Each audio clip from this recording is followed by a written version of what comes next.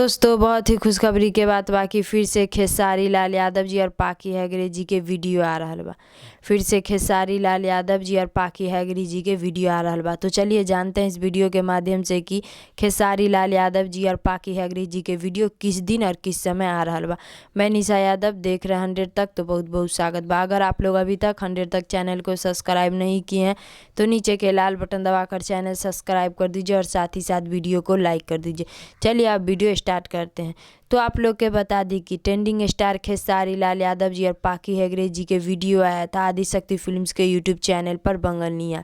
दबंग स्टार खेसारी लाल यादव जी और पाकी हैगरे जी के वीडियो आया था आदिशक्ति फिल्म्स यूट्यूब चैनल पर बंगलनिया। तो बंगलनिया गाना के वीडियो यूट्यूब पर बवाल मचा कर रख दिया था। ट्रेंडिंग स्टार खेसारी लाल यादव जी और पाकी हैगरे जी के वीडियो बंगलनिया यूट्यूब पर बवाल मचा कर रख दिया था।